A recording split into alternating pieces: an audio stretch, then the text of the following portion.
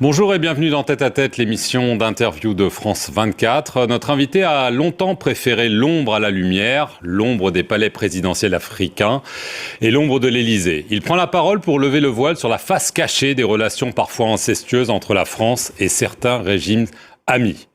Ils savent que je sais tout, ma vie en France-Afrique. C'est le titre du livre de mémoire publié aux éditions Max Milo. Bonjour. Robert Bourgi. Bonjour, Monsieur Perelman. Alors, c'est un ouvrage d'entretien écrit avec le journaliste Frédéric Lejal, avec plein de documents, d'archives. On va de la RDC au Sénégal, au Congo, au Gabon. Mais c'est surtout un récit par le menu, il faut dire, du financement par plusieurs présidents du continent, du parti gaulliste et avant tout de Jacques Chirac. Un Jacques Chirac qui, suite à son échec présidentiel en 1981, vous contacte et vous dit qu'il est temps d'amorcer la pompe financière. Est-ce que vous pouvez nous raconter ce qui s'est passé ? J'étais conseiller politique du ministre, j'accompagnais Aurillac, disons à Libreville ou à Ouaga et autres. J'avais une audience à moi, privée, avec le chef d'État que Michel Aurillac, le ministre, venait de quitter. Et je disais, bon voilà, Bongo c'était papa, Blaise c'était Blaise, Sassou c'était Denis. Je dis, bon, Denis, la campagne de 88 arrive, il est bon que tu puisses contribuer au financement de ton ami Jacques. Et il disait, OK, banco, on y va ? Tout de suite. Tout de suite. Tout de suite. C'est vous qui demandiez les sommes, c'est eux qui décidaient ? Non, c'est eux qui décidaient. Mais jamais ça n'est descendu en dessous d'1 million de dollars. Jamais. Jamais. Comment ça se passait ? Ils envoyaient c'est vous qui rameniez l'argent ? Non, c'est surréaliste. Je rentrais sur Paris. Le chef d'État m'appelait. Il me dit, je t'envoie Monsieur X, prends rendez-vous avec Jacques. Pour Bongo, c'était Davin. C'était le mot de code de Jacques Chirac. Pour Sassou, c'était Jacques. Bon, je faisais je prenais la tâche de Monsieur Chirac. Je lui dis, voilà, vous avez un émissaire qui arrive tel jour à telle heure. Il me dit, bon, voilà. Là. Et vous étiez là toujours pour la remise des fonds ? Toujours. C'est comme ça que ça se passait, Monsieur Perelman.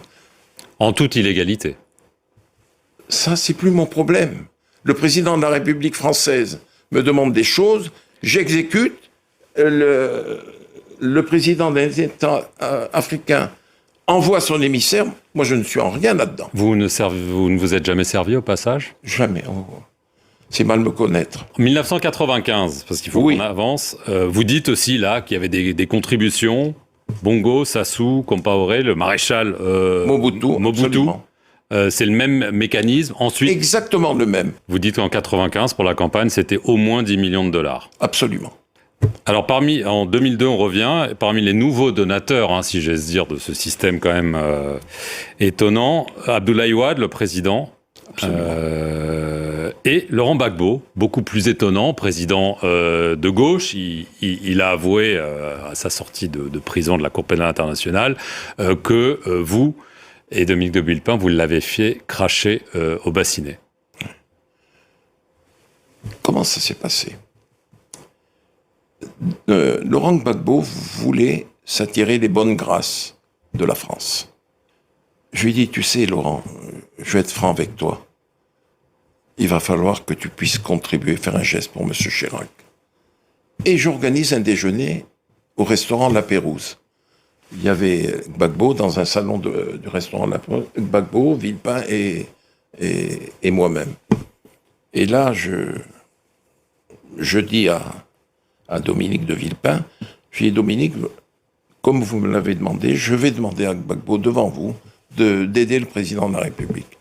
Et j'ai demandé à Laurent, voilà ce que je t'ai laissé entendre, je vais le dire devant le Dominique de Villepin, il va falloir que tu puisses aider à l'élection présidentielle de 2002.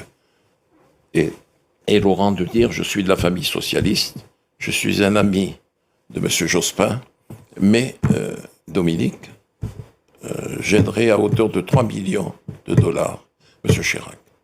Ce qu'il a fait ? Ce qu'il a fait. Est-ce que vous considérez qu'il a été trahi par Jacques Chirac, par Dominique de Villepin, par la France plus largement ? Monsieur Perelman, vous m'offrez l'opportunité de laver ma conscience. J'ai été l'acteur et le témoin de toutes les relations entre la France et la Côte d'Ivoire en ces heures troubles, difficiles. J'ai vu que Jacques Chirac et Dominique ont été d'une ingratitude à nul autre pareil. Et quand, comment vous dire, Laurent est tombé, qu'il a été conduit à La Haye, j'en ai beaucoup souffert. Personnellement et dans ma famille, j'en ai souffert terriblement. Vous vous sentiez coupable? Comment vous dire? Oui. Complice. D'une trahison? D'une trahison. Mais j'étais contre cela.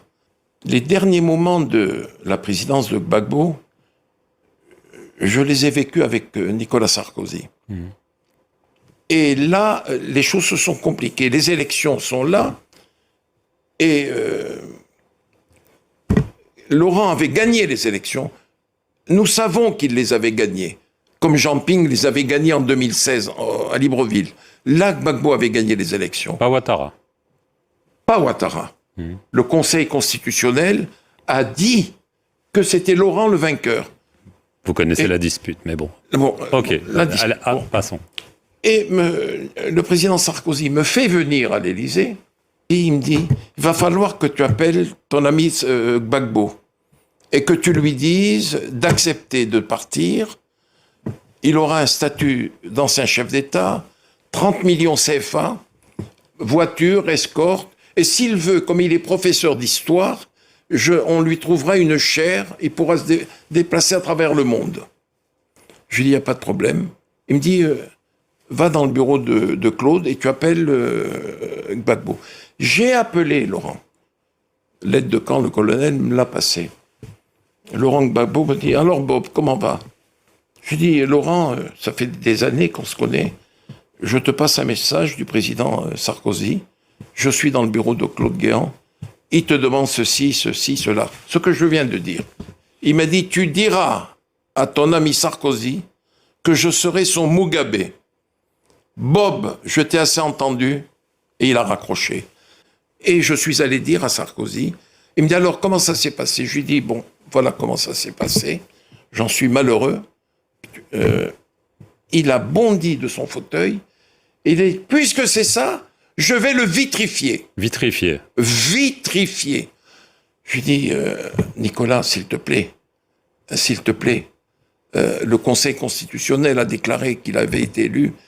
Il a dit, je vais le vitrifier, j'ai un mandat, et je vais le faire. Et le lendemain ou le surlendemain, Laurent était tombé, conduit comme nous l'avons vu et su, à La Haye.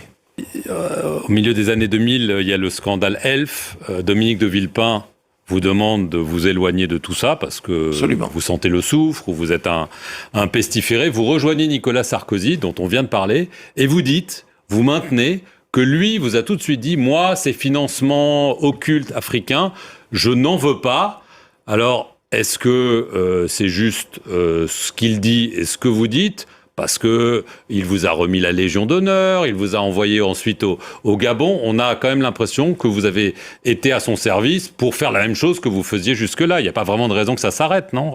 Un jour, Sarkozy, le président Bongo, qui pouvait se le permettre, il lui a dit, mais Nicolas, Jacques, il demandait toujours de l'argent.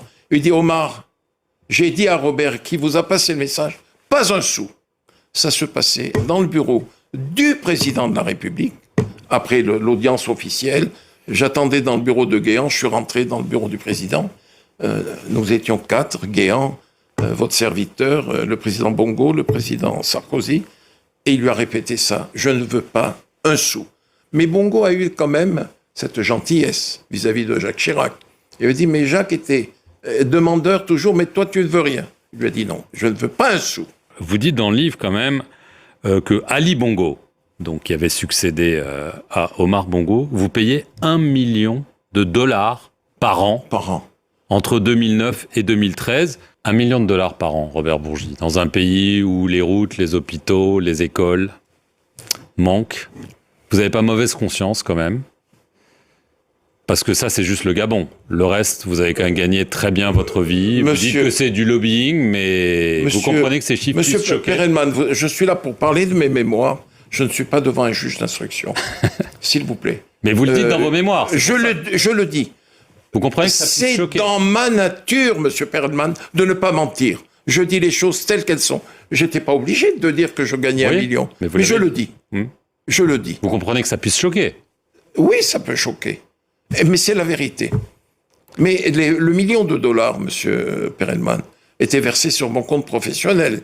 Ça n'échappait pas à l'impôt. En conclusion, est-ce que c'est une façon de laver votre conscience, ces mémoires? Est-ce que vous avez des regrets de ce que vous avez fait, ou vous considérez que c'était une mission noble, même si évidemment toute cette histoire de financement n'était pas officielle, n'était pas déclarée et n'était sans doute pas légale? Si je vous dis, monsieur Perelman, que quelquefois ça me choquait. Et un jour, je m'en suis ouvert à Dominique de Villepin. Nous partagions, tant à l'Élysée qu'ailleurs, le whisky traditionnel, le malt, qu'il m'offrait. Et je lui dis, Dominique, je trouve quand même que c'est un peu trop. Il faudrait arrêter. Il me dit, vous savez, le président est toujours demandeur. Je lui dis, mais c'est un peu trop. Il n'en a pas besoin. L'argent n'allait pas pour Dominique de Villepin. Dominique de Villepin recevait l'argent, mais qui partait dans la direction de M. Chirac après. Mais pour lui, il ne gardait pas grand-chose.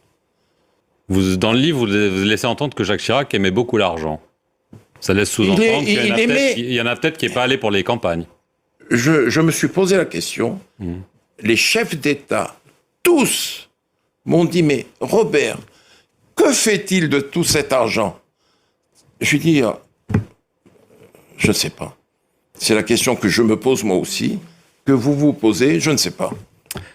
Robert Bourgier, merci beaucoup d'être venu sur le plateau de France 24 et merci à vous d'avoir regardé cette émission sur nos antennes. Je vous remercie, monsieur Perelman.